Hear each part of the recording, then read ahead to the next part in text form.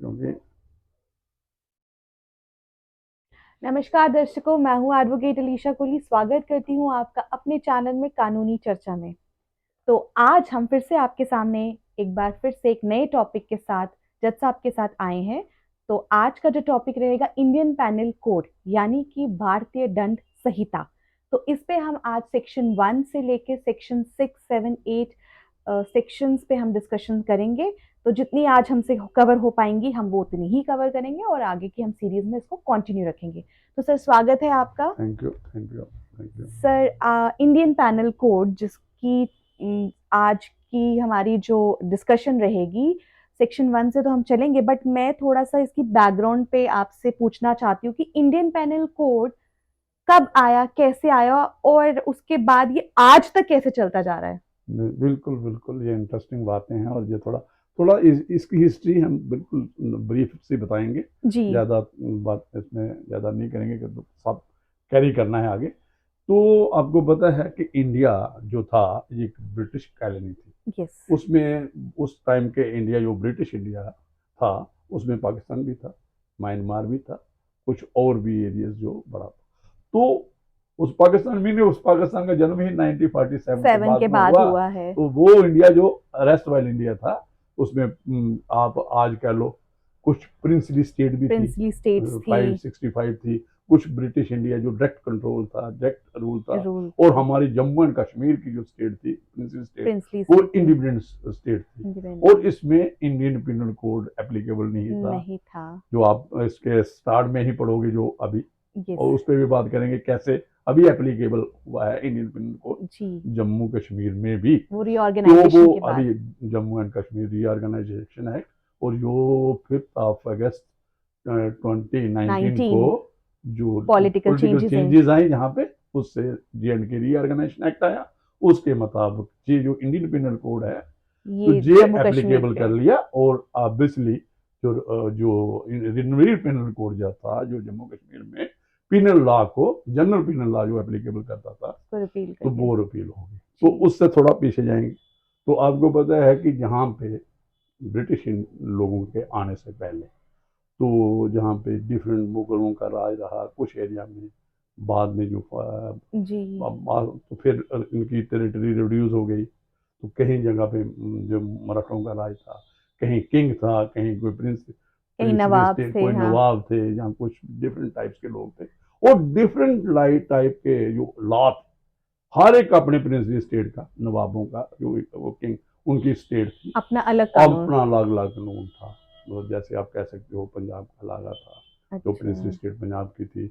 मैसूर में भी स्टेट थी ऐसे। और हैदराबाद अलग। हैदराबाद की है जो आपके किंग स्टेट, राजस्थान जो आप आज का राजस्थान है, इसमें भी किंग थे। जी। तो जैसे जम्मू कश्मीर में रहता था, तो वो फिर उन्होंने कहा कि यहाँ पे कौन करता था, किंग, किंग खुद करता था, जो इंसाफ करता था, जो जी। उसी का सब्जेक्ट था वो करता था। कुछ हमारे मौलवीज करते थे, काजी करते थे। काजी करते थे। तो कुछ हमारे रिलीजियस जो हमारे हेड थे, प्रीस्ट थे, जी। उनसे भी, जो किंग रूल करता था, जहाँ जो कि जो डेलीकेट की होंगे। नवाब करते थे, डेलीगेट भी किया थे, उनसे एडवाइस भी लेते थे कि ये क्या कहता है कुरान मतलब कुछ पाक। यूनिफॉर्म नहीं था। यूनिफॉर्म प्रोसीजर नहीं था, और लॉ का कोई मतलब एक कहते हैं ना कि पर्टिकुलर क्या है, कितनी डेफिनेशन क्या है, किस डेफिनेशन में आएगा मर्डर, थेफ्ट क्या आएगी, मतलब वो डिफरेंट डिफरेंट किस्म के डेफिनेशन ब्लैक एंड थी। वाइट भी नहीं था। ब्लैक एंड वाइट में कोई ज़्यादा नहीं था। और जो भी होगा वो भी समझो एक जो प्रिंसिपल ऑफ नेचुरल जस्टिस आप कह सकते नेचुरल हो, justice. Opportunity of being heard नहीं था, प्रोसीजर कोई नहीं था, डेफिनेशन पर्टिकुलर नहीं थी कि डकैती क्या है, जैसे हमने अभी डिफाइन किया जो इंडियन पिनल कोड में है, डिफरेंट है। ऑफेंस अगेंस्ट पर्सन है, ऑफेंस अगेंस्ट प्रॉपर्टी है, प्रॉपर्टी है। मतलब डिफरेंट टाइप्स के आपके फर्जरी है, फ्रॉड है, जो भी है, जी। मर्डर है जैसे ये। तो उस वक्त कुछ नहीं था। फिर जब ये लोग आए तो इन्होंने अपनी कोर्स एस्टेब्लिश की। तो इन्होंने भी एडवाइस किससे लेनी, जैसे एक किंग लेता था, नवाब लेता था, नवाब लेते तो थे। क्या तो इन्होंने एडवाइस लेनी। तो अगर कोई मामला सिविल या क्रिमिनल, तो प्रीस्ट को बुला लिया, जहाँ मौलवी काजी को बुला लिया, पर अच्छा, अच्छा, क्या है इसमें, क्या इंटरप्रिटेशन है, तो उसके मुताबिक फैसला लिया। तो इन्होंने देखा यार ये प्रॉपर, जैसे मैंने जिक्र किया कि प्रिंसिपल ऑफ नेचुरल जस्टिस मतलब ट्रूली एप्लीकेबल नहीं था। तो उन्होंने फिर इन्होंने क्या किया कि इन्होंने अपने जो खासकर जो हमारा दंड का प्रावधान था वो प्राप्त, तो इंडियन पिनल कोड एक हमारे एक पहले लॉर्ड मैकुले जी जो लॉ कमीशन के हेड किया उन्होंने, मैं 1833 में वो फॉर्म हुआ जहाँ उसकी रिपोर्ट आई बाद में, और पर्टिकुलर शार्ट में है 1860 1860 को में। जो ऐसे मिल जाएगा। हाँ, और इसकी एप्लीकेबिलिटी इन्फोर्समेंट की 1 जनवरी 1862 उस वक्त। तो तो ये 1860 से लेकर 60 1947 से लेकर 2023 तक यही चलता आ रहा है। यही चलता आ रहा। अभी जो क्वेश्चन आपका है कि कैसे चलता आ रहा है, कैसे? क्योंकि 1947 तक तो हमें समझ आती है कि आप वही एक्ट 1860 का चला रहे हो। बिल्कुल तो जब 1947 के बाद हमारा कॉन्स्टिट्यूशन आ गया तो 1947 का एक्ट भी इंडिपेंडेंस रिपील हो गया। बिल्कुल। तो फिर हमारे पास ये अभी तक कॉलोनियल बैगेज कैसे चल रही है? देखिए यही इंटरेस्टिंग है। तो आप इसको थोड़ा स्टडी करो इंडियन पिनल कोड को, तो जहाँ इंडियन पिनल कोड को क्यों आप ट्रांसफर ऑफ प्रॉपर्टी ले लो, बहुत सारे ऐसे लॉज हैं। आपका एविडेंस एक्ट ले लो, क्रिमिनल प्रोसीजर कोड रिपील हुआ था 1973 में, उसके पहले क्रिमिनल प्रोसीजर कोड भी वैसा था। ये इंटरेस्टिंग क्वेश्चन आपने जो पूछा है, ये दर्शकों व्यूअर्स के लिए बड़ा इंटरेस्टिंग है, और बहुत कम लोगों को मुझे लगता है जानकारी होगी, जो हमारे लॉ स्टूडेंट्स हैं, जो हमारे लॉयर्स हैं, और जो प्रोफेसर हैं। ये बात एक क्वेश्चन मैंने पहले भी डिस्कस किया था जब मुझे उधमपुर में जे KCS जो जुडिशियल के एस्पिरेंट्स है, वहाँ पे भी मैंने एक क्वेश्चन पूछा था, तो उसमें कुछ लोग बैठे थे हमारे, तो वो दे कुड नॉट, तो आज ये आपने फ्रेम किया क्वेश्चन, तो इसका जवाब ये है। आप जब इंडिपेंडेंस एक्ट आया, नेचुरली इंडिपेंडेंस एक्ट था, उसकी 2 सेक्शन हैं, क्योंकि हमारा इंडिपेंडेंस एक्ट कब तक चला, इंडियन 47 नहीं चला, हमारा चला जब तक कॉन्स्टिट्यूशन फ्रेम नहीं हुआ। कॉन्स्टिट्यूशन फ्रेम हुआ तो फिर हमारा जो सिस्टम था चेंज हो गया, कॉन्स्टिट्यूशन ऑफ इंडिया के बताओ चला। तो उसकी 2 धारा हैं आपको, एक 12 है एक 18 है, इंडियन इंडिपेंडेंस एक्ट, जो इसको बैगेज को, जो आपने कॉलोनियल बैगेज का, जो ब्रिटिश पार्लियामेंट का एक्ट है, सभी को पता है, वो जो हमने पहले रेफर किए वो भी वही है। तो वो जो सेक्शन थी, तो हमने इसको कैरी किया पहले 15 अगस्त, जो लगा लो आप 47 से लेके कब तक 26 जनवरी 1950 तक ये जो पुराने एक्ट हैं ब्रिटिश पार्लियामेंट, और इसी को रेगुलराइज करने के लिए हमारे पास आर्टिकल अगर 372 ऑफ इंडियन कॉन्स्टिट्यूशन में जाओ, संविधान की धारा 372 में जाओ, उसको पढ़ो, उसमें ये हमने इसको अडॉप्ट किया। इस प्रोविजन को हमने अडॉप्ट किया कि ये जो प्रोविजन, जो भी ब्रिटिश पार्लियामेंट ने जो पुराने लॉ, प्री एग्जिस्टिंग लॉ हैं, मैं थोड़ा सा ज्यादा नहीं पढ़ूंगा, व्यूअर्स के लिए, ये व्यूअर्स खुद भी पढ़ लेंगे, बच्चे जो हमारे लॉ स्टूडेंट्स हैं, टीचर जो हैं, लॉयर्स हैं। 372 जो कॉन्स्टिट्यूशन ऑफ इंडिया का है, ये करता है continues in force of existing laws and their adoption, notwithstanding the repeal by this constitution of enactments referred to in article 395 but subject to other provisions of this constitution, all the law in force in the territory of India immediately before the commencement of this constitution, जो पहले थे constitution आने से पहले, and shall continue in force therein until altered, repealed or amended by a competent legislature or other competent authority। अभी ये देखिए, ये इंटरेस्टिंग है, जैसे आपका आ रहा है न्याय संहिता आ रहा है, जो हमारा भारतीय न्याय संहिता, इसके ही सब्स्टिट्यूट आ रहा है, वो अभी पेंडिंग है। जब तक कि हम इसको रिपील नहीं करेंगे वो पार्लियामेंट एक्ट से, तब तक ये कैरी करेंगे 372 के हिसाब से, तो उसके बाद रिव्यू कर सकते हैं, क्योंकि India is a sovereign country, इसके पास इंटरनल सॉवरेनिटी है और एक्सटर्नल सॉवरेनिटी। तो इंटरनल सॉवरेनिटी क्या है कि हमारा अपना संविधान है, हमारी कॉन्स्टिट्यूशन है, उसके पास हमारी पार्लियामेंट है, लॉ बनाती है। तो ये बात आ गई, तो जो भारतीय न्याय संहिता जब आ जाएगी तो वो कर सकती है।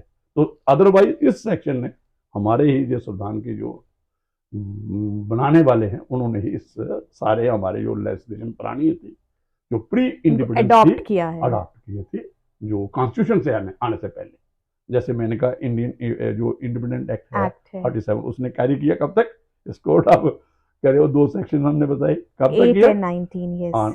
8 And 19, 19 जो sorry, 9 and 18 of Indian Independence Act 9 and 18 of the independence. कब तक लिया इन्होंने? जब तक कॉन्स्टिट्यूशन हमारा Constitution इन्फोर्स नहीं हुआ। 26 ऑफ जनवरी को ही हमने 1950, अडॉप्ट किया था, चाहे yes. वो तैयार हमारा 26 ऑफ नवंबर 1949 में था, yes. और पहले भी मैंने बात कर चुका हूँ। वो इसलिए हमने किया था क्योंकि हमने डिक्लेरेशन की थी 26 ऑफ जो हमारा जनवरी 29 में रावी के किनारे इंडियन जो हमारी नेशनल कांग्रेस थी, उन्होंने कहा था कि हम संपूर्ण स्वराज की पालना, फुल फ्रीडम चाहिए जी, आपने ये इस बारे में पहले तो भी पहले भी बताया हमने बात की है कि तो ये उसको 1 साल का टाइम दिया था। वो तो डेट जो थी वो जो डेट हमारे लिए इम्पोर्टेंट थी, हमारे लिए एक हमारा वो हम एक उसको रिकॉग्नाइज की थी कि जो बात हमारे लीडर्स ने कहा उसी तो डेट पे उसी डेट को हम अडॉप्ट किया, तो इसलिए वो थोड़ा डिले हुआ था। ये कॉन्स्टिट्यूशन की बात होगी। अभी हम अपने जो अभी आ जाते हैं हमने इंडियन पेनल कोड पे, तो सब पहले हमने बात कर लीजिए होल ऑफ इंडिया है, और ये भी बता दिया कि जम्मू कश्मीर को भी अभी लागू है with the political changes after political और 2019 J&K रीऑर्गेनाइजेशन एक्ट आ गया, तो ये होल ऑफ इंडिया है को एप्लीकेबल है। तो ये सारे इसको इंडिया को एप्लीकेबल है, तो ये एक बात होगी। द प्रियम्बल में whereas it is expedient to provide a general penal code. General क्या है? जनरल ऐसे अभी जो जनरल है कि जो ऑफेंसेस इसके नीचे हैं, जनरल ऑफेंस कैटेगरीज में आ जाते जो हैं। जनरल ऑफेंस इससे स्पेशल, इसमें एग्जॉस्टिव नहीं है, कॉम्प्रिहेंसिव नहीं, इसमें क्या है स्पेशल एक्ट्स जो है इंक्लूसिव जैसे वो उसमें वो अलग रहेंगे, जैसे एनडीपीएस है, पॉक्सो है, तो उसमें जो पीनल ऑफेंसेस हैं वो अलग है। वो इनमें ये हमने जनरल किए हैं, जो इसके 23 चैप्टर्स है जो इसके इंडियन पिनल कोड के हैं, तो ये इसलिए इसको रेफर किया general penal code for India. It is enacted as follows. ये आगे क्या है, title and extent of operation क्या है इसका, वही है this act shall be called the Indian penal code and shall extend to whole of India. तो ये पुरानी वाली बात अमिट हो चुकी है, एक्सेप्ट द वाली ये हमने कर दिया आपको 5 अगस्त। तो जो 2019 को ये लागू हो गया और 31 अक्टूबर तक इसको अडॉप्ट कर लिया था आपने, तो 2019 तक। तो अभी जो ये सेक्शन आ गई हमारी एप्लीकेशन सेक्शन 2 जो है punishment of offences committed with in India.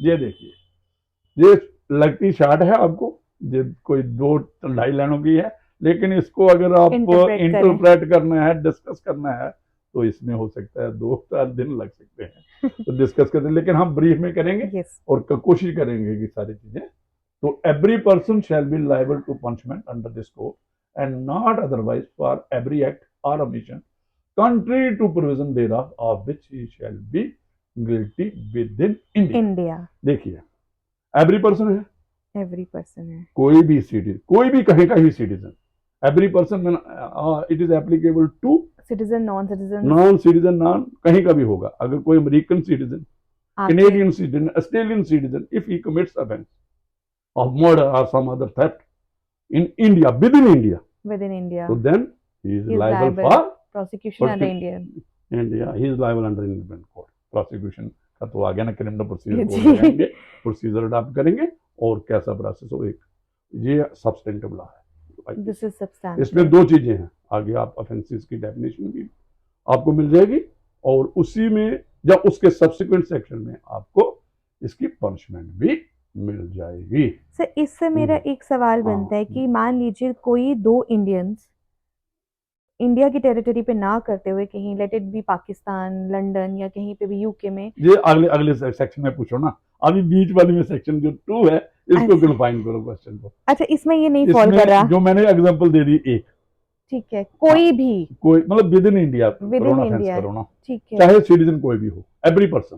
तो हाँ आप ये सवाल जैसे ये कह सकते हो, पिछले दिनों एक क्वेश्चन मुझे एक मेरे से किसी ने कंसल्ट किया, जो हरवंश नगोके जी हैं, उन्होंने मुझे कहा था कि ये जो क्रॉस फायरिंग हुई, क्रॉस फायरिंग क्या, पाकिस्तान ने क्रॉस फायरिंग के हमारे कहाँ इस साइड पे फायरिंग की, और मुझे लगता है बॉर्डर एरिया में अरनिया पुलिस स्टेशन था, उन्होंने एक हमारे जो किलिंग हुई जहाँ कोई इंजर्ड हुआ तो FIR लगाई हमारे पुलिस स्टेशन में। तो वो आप क्योंकि विद इन इंडिया हुआ, जो भी अक्रॉस दा आया तो इसमें थोड़ा सा मैं आपको ब्रीफ कर दूंगा कि इसमें क्या होता है, एक एग्जांपल देके। जी, इनकी भी एग्जांपल जो है कि एफआईआर जम्मू कश्मीर इंडिया में कैसे लगी कैसे लगे? Against Pakistan, yes. ये है। मैं एक बड़ी सिंपल से दे दूंगा एग्जांपल। फॉर एग्जांपल, एक पाकिस्तान का सिटीजन पाकिस्तान की टेरिटरी में है, हमारा जीरो लाइन पे है, अगर वो फायरिंग करता है कोई हमारा खेत में साथ साथ में, तो कोई किलिंग हो जाती है, मर्डर हो जाता है हमारी साइड वाला, तो आप मुझे बताओ, आपको क्वेश्चन है जहां ऑफेंस तो इंडिया में कमिट हुआ ना? बिल्कुल, चाहे उसके फायर वहां से हुआ, कॉन्सिक्वेंसेस क्या हुए, बोल्ट हिट कहां किया, इंडिया में, कंप्लीट कहां हुआ, इंडिया में। इंडिया में। जैसे आपने देखा होगा कंटिन्यूअस में किडनैपिंग होती है, जांग ये होती है, ये डकैती होगी, एब्डक्शन जांग के होगी, बड़े थेफ्ट की भी होती है, चोरी कहीं से उठाई, उठा के रिकवरी कहीं मतलब से। ये लेकिन ये तो इसके कॉन्सिक्वेंसेस आपके सामने है, फायर हुआ तो टेरिटरी, तो ये जो एफआईआर है ये इंडिया में लगेगी, उसको हम एक्सट्राइड कर सकते हैं अगर हमारी ट्रीटी दो कंट्रों की एक्सट्राडिशन एक्ट है हमारा 1967 है या 1961 है, उसमें उसको एक्सट्राडिट करके we can punish that man in India. तो क्या है, चाहे ऑफेंस, हाँ एक और इसके साथ ही आप जोड़ लो, हमारा टेररिस्ट एक्टिविटी हो रही है जहाँ पे, यस, हो रही है ना, हो तो रही है। इसमें क्या है, जो स्लीपिंग होती है। सेल्स कहाँ है, स्लीपिंग सेल्स जैसे बाहर हैं, बाहर हैं, अक्रॉस द बॉर्डर पीओके में है, हाँ, कनाडा में बैठे हैं, या किसी भी कंट्री में बैठे हैं, अफगानिस्तान, वहां से वो कॉन्स्पिरेसी करते हैं। जैसे आपकी जहाँ पे कितना, एक उड़ी वाला हुआ, यस, एक हमारा पुलवामा हुआ, एक हमारा पठानकोट हुआ, बॉम्बे मुंबई जो था उसमें हुआ, और डिफरेंट टाइप्स के क्राइम्स होते हैं यहाँ होते रहते हैं, जो कॉन्स्पिरेसी करते हैं, चाहे उनकी फिजिकल प्रेजेंस नहीं है, है, लेकिन उनके एजेंट यहाँ पे काम करते हैं। यस, तो वो भी क्राइम जो इंडिया में, वो हुआ। भी हम उनको भी हम एक्स्ट्राडाइट करके, क्योंकि उनके कॉन्सिक्वेंसेस, उनके ऑफेंसेस का कहाँ हुआ, इफेक्ट यहाँ हो रहा है, इंडिया में हुआ, इंडिया में हो रहा है, वो भी हम उनको पनिश यहाँ कर सकते हैं, जे विद इन इंडिया की डेफिनेशन। तो जे सेक्शन 2, अभी अब सेक्शन 3 के बारे में बात करें, मतलब ये हमने ब्रीफ में और जल्दी कोशिश की है सारा कवर करने के लिए।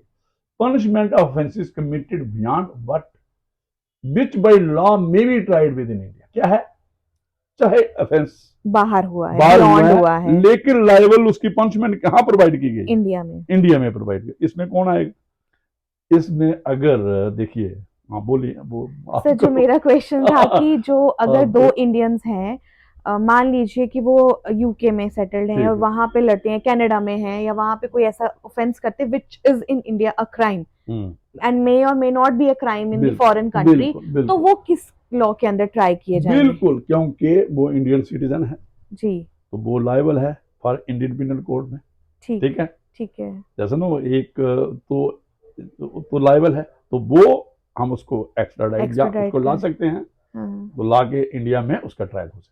ये है इसके एक्ट, जो पिनल कोड है वो एप्लीकेबल होना चाहिए उन पे जो लायबल है ऑफेंस जिन्होंने कमिट किया है।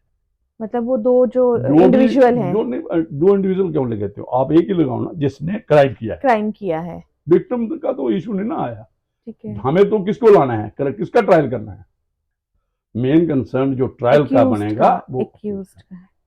तो what if it is a crime in their country also and they also want to punish them according to their law? वो भी एक हो सकता है, अगर वो करते हैं वहां पे, तो वो वहां पे ट्रायल होगा उसका, कर सकते हैं, तो दो ट्रायल्स तो चलेंगे नहीं, वो ठीक है, वो एक कंट्रोवर्शियल मामला है कि क्या डब्ल्यूजीओ पार्टी में आता है या नहीं। सेक्शन 20 है आपकी, उसमें भी एक कंट्रोवर्शियल है, एक हमारा एयरक्राफ्ट, मैंने पहले भी बात की है कि एक केस चल रहा है जो 1971 हाशिम कुरैशी का केस, अभी श्रीनगर कोर्ट में चल रहा है, उसका फैसला आया है नहीं आया अभी मुझे नहीं इसका नॉलेज, लेकिन डब्ल्यूजीओ पार्टी का ये मेन जो कहने का मतलब वहां ट्रायल हो जाएगा अगर वो natural principle of natural justice हो गया और प्रॉपर अगर वो अडॉप्ट किया गया है तो वहां हो जाएगा, तो नेचुरली विक्टिम सेटिस्फाई हो जाएगा जी।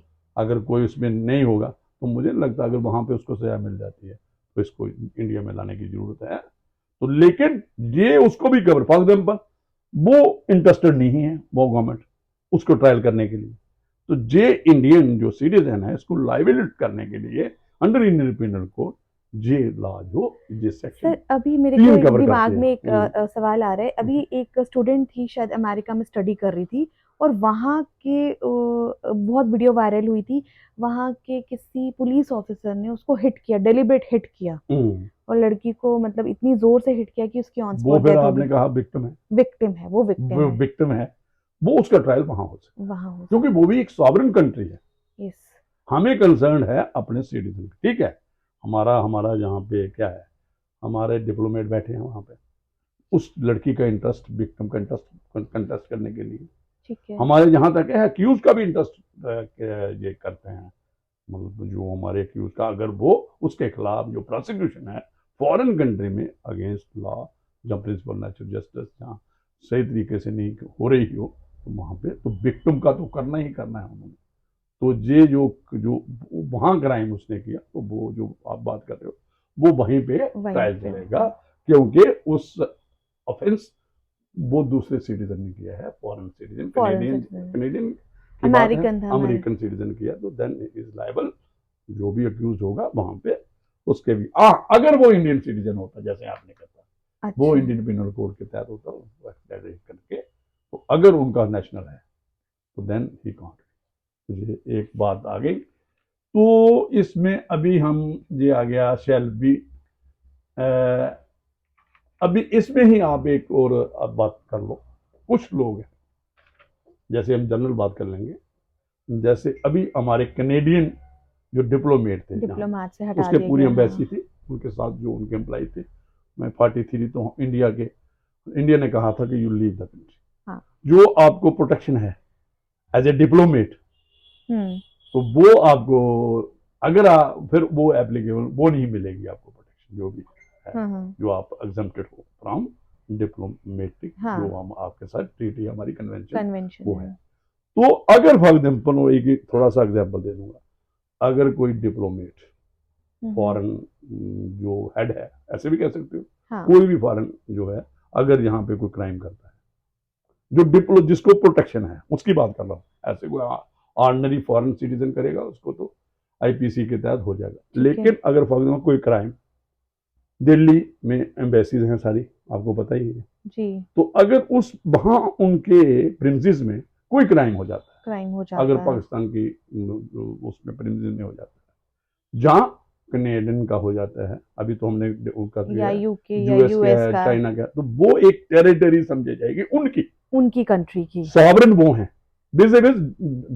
तो वो आईपीसी उसमें नहीं आएगी, वो हम उसको प्रोसिक्यूट नहीं, वो कौन सा लॉ लगेगा उनको, उनकी कंट्री का, वो उनके खाते में टेरिटरी चले जाएगी। जैसे हमारे सिटीजन है, अगर बाहर हमारा जो डिप्लोमेट सिस्टम है, एम्बेसडर है, अगर वो बाहर की टेरिटरी में करते हैं तो that will consider to be our territory, वो हमारी उतनी ही टेरिटरी, जो प्रिंसेस हमारे पास है ऑक्यूपेशन में, जो हम ऑफिशियल तौर पे या रेजिडेंशियल तौर पे हमारे जो तभी हम कहते हैं कि डिप्लोमेट्स, फॉरेन डिप्लोमेट्स को एक एग्जेम्पशन है। हाँ, वो एक एग्जेम्पशन है। जैसे हमारे प्रेसिडेंट ऑफ इंडिया जब तक हैं, हाँ, वाइस प्रेसिडेंट हैं, गवर्नर हैं, इनको प्रोसिक्यूशन नहीं कर सकते जब तक इनको पावर्स में है, ये जो लोग कुर्सी ना छोड़े, ये एक ये भी आपका है।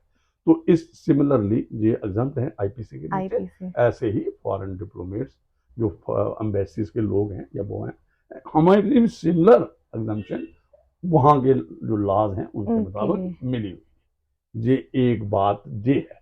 तो इसमें मुझे लगता है ये इसमें ही सेक्शन में कवर हो जाएगी, सेक्शन 3 में, जो विद इन इंडिया में वो लोग हैं, और हम ये हमें पता था एग्जेम्पशन है, एग्जेम्पशन क्यों है और कितनी लिमिटेशंस है, ये अभी जाके क्लियर हुआ कि उनको वहां ट्रायल चलेगा, उनका वो मतलब जो उनकी कंट्री में चलेगा, उनका कंट्री जो जहाँ पे अगर क्राइम करते हैं वो, हाँ, टेरिटरी हम उनकी टेरिटरी कंसिडर करेंगे। अभी हम आ जाएंगे सेक्शन 4 पे। तो ये क्या किया है, ये एक्सटेंड की है टेरिटरी जुरिसडिक्शन हमने कहाँ पे, देखिए ये क्या है, एक्सटेंशन ऑफ कोड, जो इंडियन पिनल कोड है, इसको हमने एक्स्ट्रा टेरिटोरियल जुरिसडिक्शन में एक्सटेंड किया है कि आईपीसी कहाँ लग जाएगा, बाउंड्रीज से थोड़ा हटा के जो आपका इंडिया है, मेन लाइन है, कोस्टल लाइन है, और आपका जो 12 नॉटिकल माइल आप गिनते हो, उसके बजाय अगर कोई भी हो, हाँ, ये तो जो मैंने पहले हमने बात की विद इन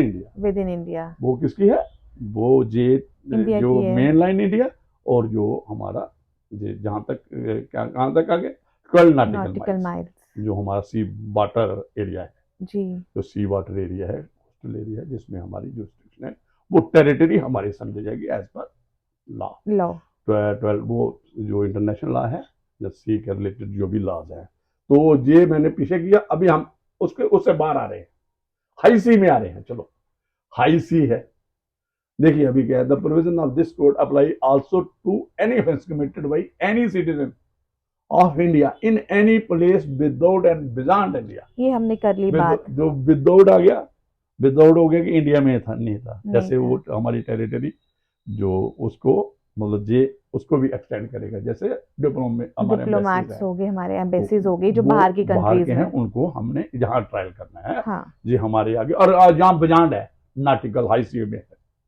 और एक और आगे आ जाएगा आपको, जो हमारा एयरक्राफ्ट फ्लाई कर रहा है, शिप हमारा फ्लाई कर वेयर रहा एवर इट मे बी, है, हमारा रजिस्ट्रेशन है इंडिया में, अगर इंडियन शिप होगा, इंडिया में रजिस्टर्ड होगा, तो वो चाहे दो चीजें हैं, वो एक टेरिटरी मानी जाती है। किसमें? जे एयर टेरिटरी आ गई, एयर जो फ्लाइंग जोन होगा, यस। चाहे वो अमेरिकन फ्लाइंग जोन में है, चाहे चाइनीज फ्लाइंग जोन में है, जो भी ऊपर का है ये एरिया, तो वो क्या समझा जाएगा, वो अगर वहां पे क्राइम होता है एयरक्राफ्ट, कोई हाई जाइकिंग हो जाती कंसीडर है to be committed in India. India, sir ये हमने पहले भी डिस्कस पहले भी मुझे लगता है हमने भी डिस्कस किया किया गया है। था। तो any citizen of India in any place without and beyond India जी आ गया पहले। Any person on any ship और aircraft registered in India wherever it may be, चाहे हाई सी में है, दुनिया के किसी कोने किसी में, भी कोने में बट है। It should be registered with हाँ, इंडिया। एक कोशिश किया है जो इंटरनेशनल लेवल में, बता दो, जो गाइडेंस दी है, जहाँ रूल्स किया है, उसने कहा यार फ्लैग कैरी करना चाहिए, फ्लैग कैरी करना है ताकि इन ऑर्डर टू आइडेंटिफाई किसके साथ रजिस्टर्ड है। ये नहीं ना, इंडियन फ्लैग है, इंडियन फ्लैग लगा लो, वो तो ऑब्वियसली जो हमारा होगा हाँ हाँ, तो आइडेंटिफाई हो जाएगा, वहां तो फ्लैग से ही आइडेंटिफाई होगा ना। आइडेंटिफाई होता है। जब दूसरे लोग भी होंगे, कई एयरक्राफ्ट, कई शिप यस। कर रहे होंगे, शिप तो एयरक्राफ्ट में तो कहाँ फ्लैग लगाएंगे, लेकिन जो शिप पे होगा वो तो फ्लैग सामने दिखेगा कि किसका है। तो वो जो उसमें क्राइम होगा एयरक्राफ्ट में, जैसे हमने कहा, वो टेरिटरी समझा जाएगी इंडियन रजिस्टर्ड अगर है एयरक्राफ्ट और शिप, तो कहीं भी किसी भी कहीं भी सेल कर रहा है दुनिया या के कहीं किसी भी भी फ्लाई कर कोने रहा में। है, हाँ। तो ये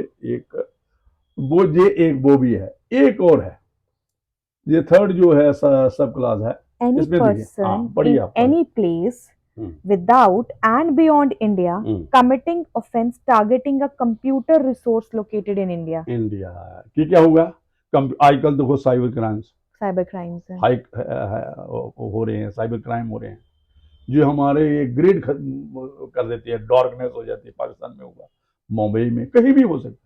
जैसे हमारे ये सारे कंप्यूटर जो हमारा है, अगर जे कोई हैक कर लेता है, टारगेट करता है हमारे कंप्यूटर रिसोर्स को, जो इंडिया में लोकेटेड इन इंडिया, कहाँ से?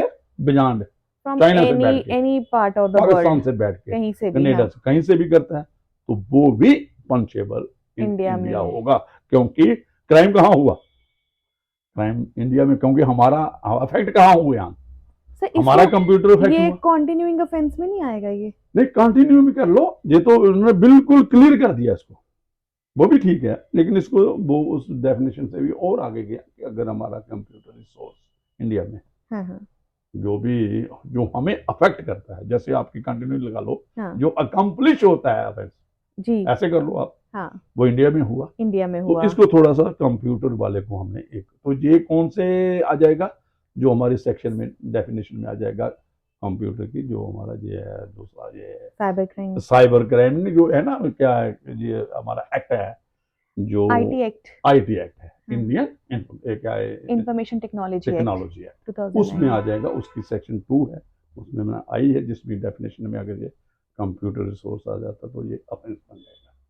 ये जो किसी को भी, ये अगर ऑफेंस का क्या लिखा है, एक्सप्लेन कर दिया, जो ऑफेंस इसके साथ जोड़ा है, किसके साथ, सेक्शन 4 के तहत, फोर के साथ है ना जो एक्सप्लेनेशन दी है नीचे। जी, थर्ड की सब हाँ क्लॉज बोलो। थर्ड के साथ हाँ बोलिए। एक्सप्लेनेशन दी है, द वर्ड हाँ ऑफेंस हाँ इंक्लूड्स हाँ every act committed outside India हाँ which if committed in India would be punishable constable under this under law। This code, तो मतलब वो वाला ऑफेंस है, कोई भी ऑफेंस अगर जो इंडिया में भी कमिट किया होता, अगर अगर बाहर मतलब ऑफेंस की डेफिनेशन में क्या है, ऑफेंस की डेफिनेशन जो इंडियन पिनल कोड में है which वो if वो committed समझा in, जाएगा ऑफेंस है, एक्ट एंड ओमिशन जो भी होती है। yes, होता है ना ऑफेंस की डेफिनेशन आप पढ़ लोगे जो इंडियन पिनल कोड में, एक्ट और ओमिशन, जो एक है ठीक करना, राइट और रॉन्ग, हाँ, तो जो जिसमें क्रिमिनल रॉन्ग्स हैं तो नेचुरली वो ऑफेंस बना देते हैं।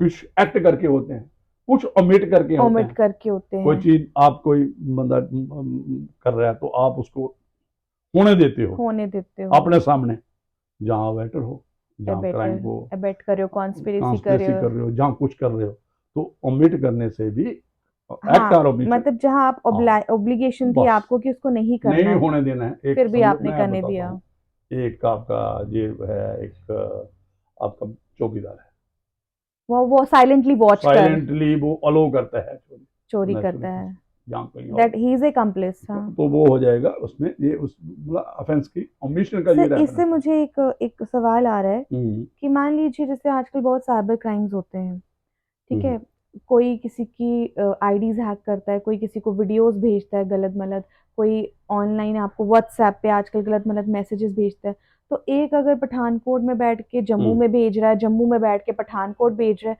तो उनकी जुरिस्डिक्शन क्या वो रहेगी? तो विद इन इंडिया है ना।